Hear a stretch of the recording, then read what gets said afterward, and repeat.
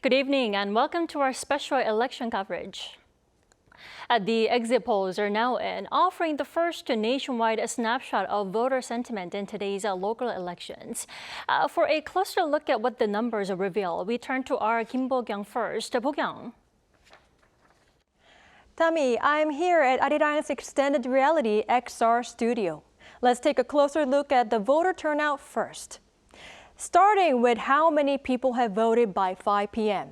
Data from the National Election Commission shows that an estimated 57.4% of the country's eligible voters, that is, those born on or before June 4, 2008, have voted in the election.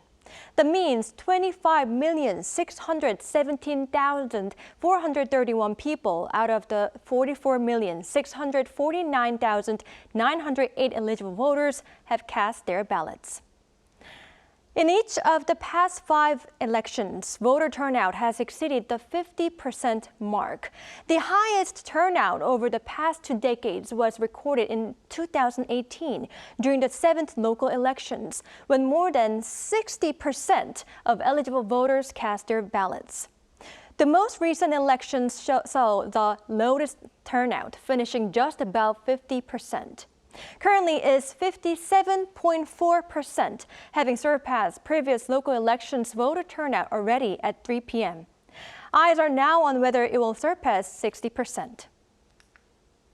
Now, looking at the regional voter turnout. Out of the country's 16 provinces and cities, Jeollanam-do province showed the highest voter turnout with 63.6%. But if you combine Gwangju City, as they are set to launch the integrated Gwangju-Jeonnam special metropolitan city, the rate stands at 58.4%. The next in line with the highest voter turnout is Gangwon-do province with 61.9%, followed by Jeollabuk-do province with 60.2%. The lowest voter turnout was recorded in Jeju Island with 53.8%. Now let's take a look at the exit polls by public broadcaster KBS. The poll results show that the Democratic Party of Korea was projected to win 14 key races for mayors and provincial governors against the People Power Party's 2. 4 regions are reportedly in tight race, but currently Democratic Party of Korea is leading. Let's specifically take a look at the exit polls for key battleground areas. First of all, for Seoul City Mayor, the Democratic Party of Korea's Chung Won-ho is going up against the People Power Party's Oh Se-un, with Chung Won-ho in the lead. Then we have Daegu City, where the Democratic Party of Korea's Kim Bo-kyung is in competition with the People Power Party's Chu Kyung-ho. Currently, the exit poll says Chu Kyung-ho is in the lead with 49.9%, but the race is very tight. Turning to the race in Busan City, the Democratic Party of Korea's Jeon Jae-soo is going up against the People Power Party's Park Hyung-jun for mayor. And Jeon Jae-soo is ahead of Park Hyung-jun right now with 50.2%. Moving on to Gyeonggi-do, the nation's most populous province, the Democratic Party of Korea's Chu Mi-ae is going up against the People Power Party's Yang Hyang-ja for governor, and Chu Mi-ae is poised for a clear victory for now. For Incheon Mayor, the Democratic Party of Korea's Park Chan-dae is going up against the People Power Party's Yoo Jung-bok, and Park Chan-dae has the upper hand with 53.7%.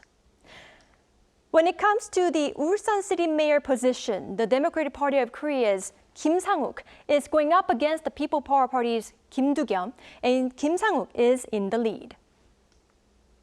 Turning to Sejong, the Democratic Party of Korea's Cho Sang-woo is going up against the People Power Party's Choi Min-woo for mayor, and Cho Sang-woo holds the big advantage at the moment. Moving on to the Daejeon mayoral race, the Democratic Party of Korea's Heo Tae-jung is going up against the People Power Party's Lee Jang-woo, and according to the exit poll, Heo Tae-jung currently holds the edge. Turning to the Jeonnam Gwangju City governor race, the Democratic Party of Korea's Min Young-bae is competing against the People Power Party's Lee Jung-hyun, and Min Young-bae appears to be leading quite significantly. In Gangwon Province, the Democratic Party of Korea's Woo Sang-ho is facing up against the People Power Party's Kim Jin-tae, and Woo Sang-ho is projected to come out on top based on the exit poll with 51.3%. In the Gyeongsang-Bukdo Province race, the Democratic Party of Korea's Oh Joon-gi is running against the People Power Party's Lee Chol-woo, and Lee Chol-woo has the significant lead with 69.7%. Turning to Gyeongsang-Namdo Province, the Democratic Party of Korea's Kim Kyung-soo is competing against the People Power Party's Park Won-soo, with Kim Kyung-soo enjoying an advantage at this stage. In the race for Chungcheon-Bukdo governor, the Democratic Party of Korea's Shin Yong-han is taking on the People Power Party's Kim Myung-hwan, and Shin Yong-han has established an early lead. Turning to Chungcheon-Namdo Province, the Democratic Party of Korea's Park Soo-hyun is facing off against the People Power Party's Kim Tae-eum for governor, with Park Soo-hyun emerging as the front runner with 52.1%. Finally, on Jeju Island, the Democratic Party of Korea's Ri Sung-gun is competing against the People Power Party's Moon Sung-yu for governor, and Ri Sung-gun appears to be leading based on the exit poll with 62.2%. Moving on to the by-elections. Out of 14 local districts where by-elections are taking place, we need to take a look at 3 major areas. First, in Pyeongtaek-B, the Democratic Party of Korea's Kim Yong-nam is competing against the People Power Party's Yoo Hee-dong and Rebuilding Korea Party's Jo Guk. Jo Guk is currently leading according to the exit poll, but it is indeed a tight race.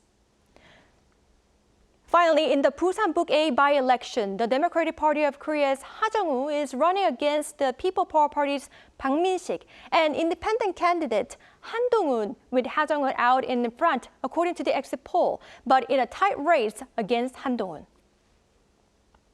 This is the current race at this hour. I'll be back in our later newscast for more updates. Back to you, Tammy. So exit polls may only be projections, but they're already shaping the mood of election night. We are now taking a look at the first reactions from party headquarters as supporters and candidates take in the results. Just moments after the results were released earlier at 6 p.m. here in Korea, emotions ran high at campaign headquarters where supporters and candidates closely watched the numbers coming in. Now, it looks, there appears to be a sense of relief inside the ruling party situation room at the moment. Given that this election has widely been viewed as a midterm assessment of the administration, the current administration, the ruling party seems encouraged by the early projections. Now, that's with the actual vote count still ahead. The party officials, at the same time, they look excited but appear cautious and also stopping short of declaring victory just yet. Now, on the other hand, the main opposition, People Power Party, they seem relatively calm compared to the ruling party. The release of these exit poll results within the ruling party sparking, applause and cheers at the ruling camp. Now, the leaders at the ruling party are likely to view these projections as a sign that voters support a stronger belief and confidence on the current Lee Jae-myung administration. Now, still, we are seeing more cheers and applause from the ruling party, but we do have to remind our viewers that some gaps are still remaining within or near the margin of error. So both sides are still closely watching the numbers, as these numbers are just exit poll results, early projections, Now, at this point, neither camp appears to be in a position to feel, completely confident about the outcome. There is still every possibility that the race could shift as the actual vote count gets underway tonight. And apparently, the vote count hasn't started yet. So Based on these early projections, the both ruling and opposition parties are showing some contrasting reactions. Now, the reactions are understandably mixed, a combination of relief, excitement, and at the same time lingering uncertainty. Even where there are cheers, many recognize that the final outcome will ultimately be determined by the votes now being counted very soon. And as the exit poll results begin to sink in, let us head to the headquarters of the two major parties for a closer look at the mood on the ground. Our political correspondents Moon Hae-ryun and An Sung-jin join us live from the respective party headquarters. Hae-ryun, let us start with you at the ruling party headquarters. How are party officials reacting to the exit poll results at the moment? That's right, Tammy. So I'm currently standing in the Democratic Party Situation Room, which has been set up in the National Assembly's Members' Office building. And although it's quite calm behind me right now, as we just saw earlier, the atmosphere was considerably more electric immediately following the exit polls. And the party had flagged 6 regions to watch tonight, including Seoul, Busan, Ulsan, and Daegu, and Gyeongsang-namdo and Jeollabuk-do provinces. So when the exit poll suggested the party was on course to take the majority of those battlegrounds, the relief in this room was palpable. The biggest reaction came with Seoul, the headline race of the night, where exit polls put the Democratic Party's candidate Jung Won-ho ahead, and the room erupted. But the applause continued as more favorable results came in from traditionally conservative strongholds like Busan and Gyeongsang-namdo province, results that, if they hold, would represent a significant breakthrough for the DP. The party leadership, Chairman Chung Cheong-rae and floor leader Han Byung-do, came in just before the exit polls began and joined the celebratory atmosphere.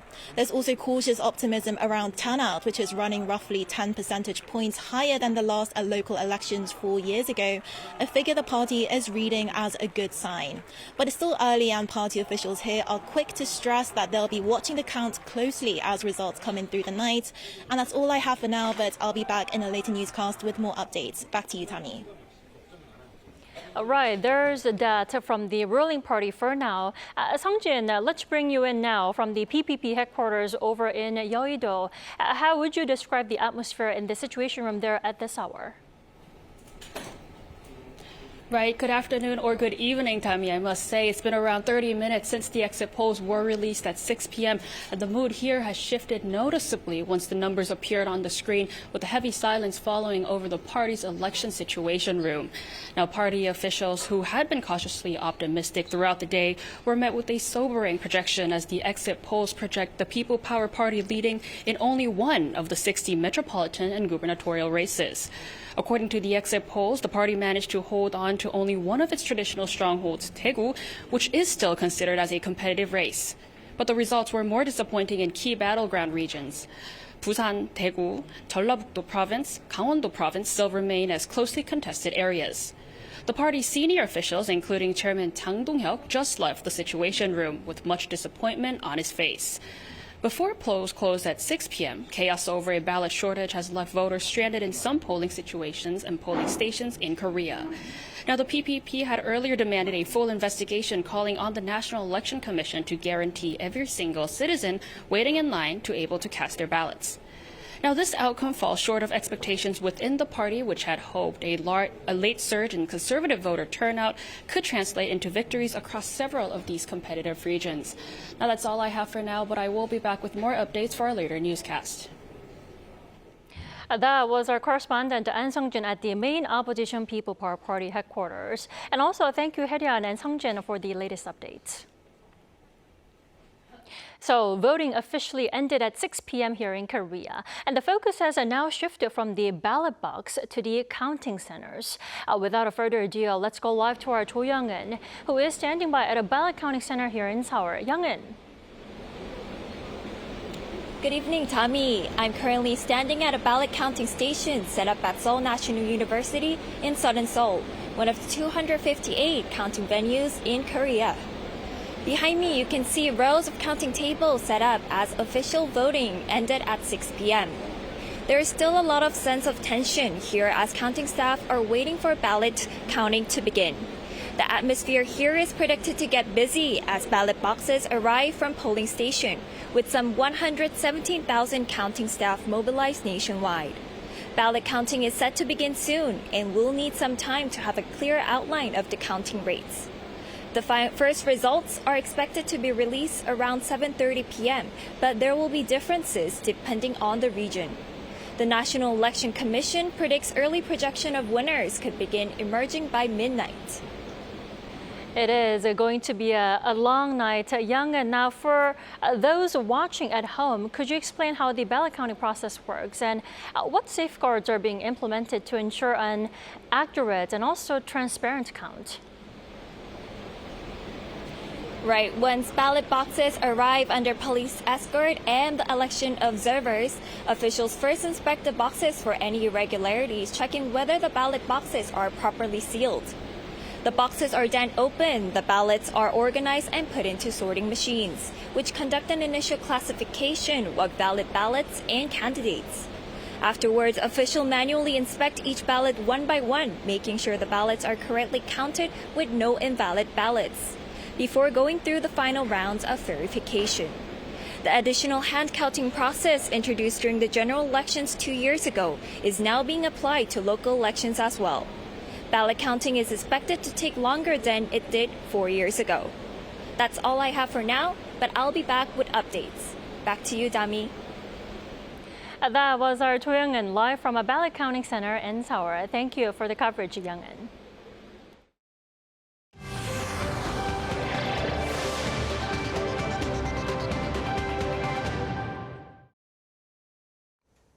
While the actual vote count is still hasn't started yet, early projections are already raising important questions. What do they tell us about the public mood? Which regions proved decisive? And what could tonight's results mean for the country's political future? For more, we now turn to Professor Mason Ricci tonight. Welcome, Professor Ricci. Hi, thanks for having me. Thanks for joining us. Why don't we start with your overall assessment of these exit poll results we just watched? Yeah, so the first thing I would say, of course, is that these are just projections. We don't have the votes counted yet, so we should, of course, be circumspect in what we think. Right. When I was on earlier today, before the exit polls came out, I was asked sort of what would constitute a big victory for the Democratic Party, and I said, 11 or 12 of the major 16 governorships and mayor races going DP would be a good start. I think they probably need to get Seoul. Busan would be nice. Winning Daegu or Daegu being extremely close would also be a victory, and then defending most of their 13 by-election seats. And it looks like right now what we're seeing is that it's trending in that direction. We see it looks like 14 right now of the major races have been called or projected to go towards the DP.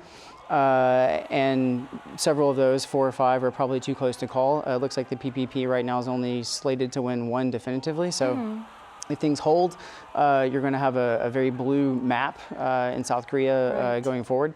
So that's the first sort of overall thing. Of course, it looks like Chung is likely to win Seoul, again, based on the projections so far, which of course I said is a sort of absolute minimum, I think, for the DP to really claim a decisive victory. Right.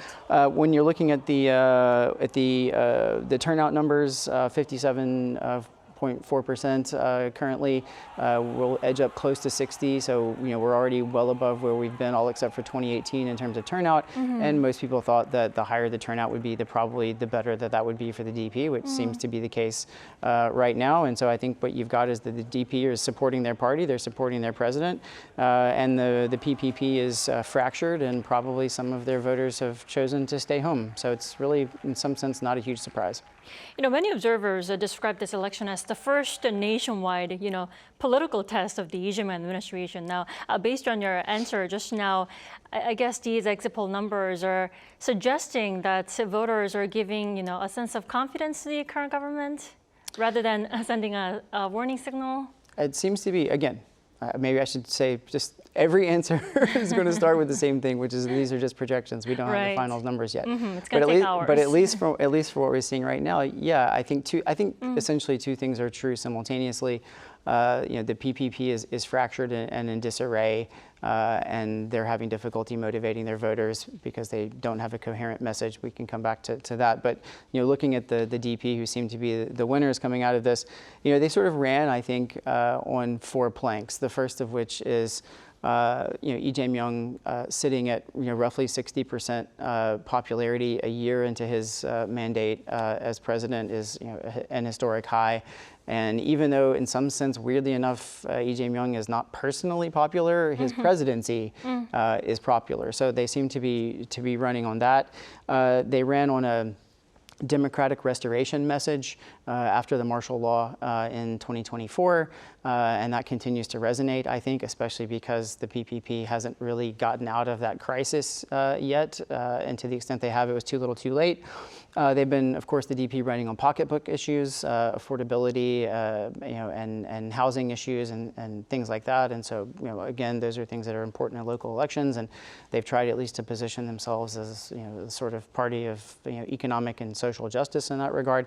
And then Lee Jae-myung, of course, has, consistently, as well as his party, consistently referred to their foreign policy as being pragmatic, both with respect to Washington, but also, China and Japan and the rest of the world, and the summitry and all of the meetings and the things that have taken place in terms of the meetings between Trump and Lee, I think have given him something to run on in terms of foreign policy, and I think that's been relatively successful.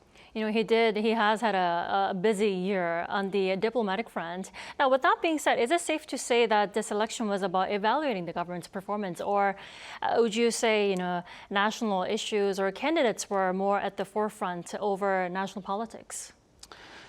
Yeah, certainly it's impossible to deny that if these numbers hold, that clearly a significant portion of the voting public has decided that they're willing to sort of check the box and say, for right now, we're willing to continue to let the Democratic Party do their thing. I mean, this would, functionally speaking, be giving them sort of plenary power. They would have the presidency under Lee Jae-myung, the National Assembly majority, a significant one, and now many of the governorships and important mayor's posts. That's a huge amount of power. I would argue, by the way, that that's one of the things that the PPP was correct, I think, in running on substantively, which is that perhaps the DP is starting to get too much power, and that as we say, power corrupts, and absolute power corrupts absolutely, and that you need a functional counterweight. But unfortunately, the problem is the PPP is a very imperfect messenger of democratic accountability because they never really, frankly, overcame or even showed adequate remorse, much less reform, after the martial law incident. So they're a very imperfect messenger in terms of being a democratic counterweight to potential power overreach by Lee Jae-myung and the Democratic Party. And the party is fractured, and it's unable to motivate its voters to go out. And in many respects, the PPP doesn't have a very positive-looking message. It has a very backward-looking message and a very internally facing set of divisions, I think, that are really something that the voters punished, seemingly, by the numbers that we've seen so far during this local election. Unfortunately, that is one of the weaknesses and hurdles that the PPP still has to overcome at the moment. Now, Professor Ritchie, there are so many key battlegrounds, Seoul, Busan, Daegu, and these areas are turning out to be in tight races. Which area do you think proved to be decisive when it comes to the outcome at the moment, based on the early projections? Of course, yeah. The first thing I noticed, it seems like the DP's probably going to walk away with Busan. As I said, Seoul, I think, was already trending that way. Oh Se-hoon, I think, was a weakened candidate. He was relatively good, I think, among the PPP for dealing with the martial law issue, and I think he was actually a relatively good messenger for that democratic accountability message, but I think he was weighed down by the larger problems of the party, of course. And then, recently the overpass collapse, the Hangang Bridge, the Hangang bus problems have, I think, hurt him a little bit. And the housing message, perhaps, that he had didn't resonate quite the way that he would have liked. But looking beyond, Seoul, Busan, looks like it may go DP. That's a big deal. And really, I think perhaps the thing that's clearest of all is how close Daegu was. And that's, of course, Right. that's the stronghold for the Conservatives. And even if they end up winning it, the fact that it's going to be so close indicates that, frankly speaking, their people didn't come out to vote. And so, the message one would hope in the party is going to be loud and clear, and that is that they need to reform and move on and come back with a positive looking message for the future. Right, Daegu is turning out to be a huge variable. Chugyong versus Kim Boo-kyung. Since Kim Boo-kyung, they're also saying they've also garnered 49.9 and 49.1. That is the closest race that we've seen in this election. Yeah, it's a huge result, obviously, for the DP, even if they don't end up winning it. Right. Well, Professor Ricci, I do have to ask you this broad question. If these results are confirmed based on these early projections, what impact do you expect to see in the political landscape here in Korea? Yeah, so obviously the Democratic Party will continue on the path that it's on. Lee Jae-myung and the Democratic Party will consolidate political power. This will open the door for them to do a lot of things domestically, I think with a sort of free hand or a sort of free mandate. We'll probably see fewer shuffling of deck chairs in the ministries because there won't be quite as much pressure for reform. I think, of course, some people will. There's a sort of natural break point that as we go into fall, will be a year and a half, year to year and a half after the beginning of his mandate. You'll begin to see some shuffling in some of the ministries and in some of the offices in the presidential office. You'll see some shifting there, but probably not as much as if there had been a more difficult race or a more difficult outcome for the Democratic Party. And then on the PPP side, I think one would hope, I guess, that this will lead to the reckoning and the reform that has to happen within that party. I think one of the interesting things to sort of look at is what's going to happen to Han Dong-hoon. Right now, he's down by a percentage point in the by-election in the Busan district. And if he manages to come back and win that, I think that you could see some of the reformists in the PPP say, look, Han Dong-hoon, who used to be in the PPP, of course, but is now running as an independent, he won his race on a sort of forward-looking platform that moved on from Yoon Suk-yeol and the sort of traditional conservatives. We need to do that as a PPP as well. If he doesn't win, will the message from within the PPP sort of Yoon hardliners be, see, Han Dong-hoon wasn't able to win either. We need to continue the course and play hardball the way that we have with the Lee Jae-myung administration up until now. So that's a race that I'll be looking at in particular in terms of the results. Well, according to my colleague Jo Young-an, apparently ballots are slowly arriving at ballot counting centers here in South Korea. So the vote counting has already begun or is about to begin. Professor Ricci, what's the key number or trend our viewers should keep an eye on tonight? I think one of the important things to look at will be how many of the by-election seats that the DP manages to hang on to. 13 of the 14 seats that were up were most recently held by a Democratic Party member of the National Assembly. So how many of those they manage to hold, I think, matters. One of the interesting things will be, of course, the Chokuk race, rebuilding Korea in Pyeongtaek, which is exceedingly tight right now with three candidates, roughly around 30%. Very Chokuk tight. with a small lead. If he wins that, obviously that's one less seat that's in the Democratic Party hands. That's Chokuk's obviously in some sense aligned with the left side of the political spectrum, but nonetheless that wouldn't be a Democratic Party seat per se. And if any of the results come in for some of these other races that maybe take a seat or two away from the Democratic Party, that would at least be something small that the PPP could take away. I'm really looking, I think, at in terms of numbers, obviously, how big the victory is going to be for candidate Chung here in Seoul if he ends up winning.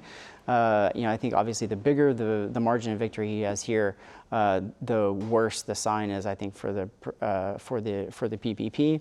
Obviously, the number in Gyeonggi province was significant. So one of the things that I'll be interested to see there is whether or not in the Gyeonggi province, candidate Chu manages to stay above 60%, which again would I think be quite a significant number for her as well. So I'm looking at that, and then of course ultimately, like I said, I'm looking at Daegu and Busan. I mean these are conservative strongholds, and I guess the number there is 50% plus one. Whoever in those cities can get to the 50% plus one mark and end up winning those races, I think we'll be able to contribute to a very interesting narrative with respect to how the regionalization of politics this time has perhaps been overturned a little bit compared to the past. Largely, I think, because of the after effects of the martial law. I don't think necessarily that these trends will hold in the next election or the next presidential election, but at least this go around, the martial law continues to be an impactful event on the national political scene here as much as on the local scene as well. Well, let us see how close these early projections turn out to be tonight. Professor Ricci, thanks for coming in tonight as always. Well, thank you for having me. I appreciate it. 집값도 사실 수도권 가격이 너무 높은 편이고 주거도 대부분 수도권에 포진되어 있는 편인데 이걸 조금 가격을 조정을 하고 지방에도 살 수 있도록 인프라를 구축해 주는 게 맞지 않나라는 생각을 하고 있습니다.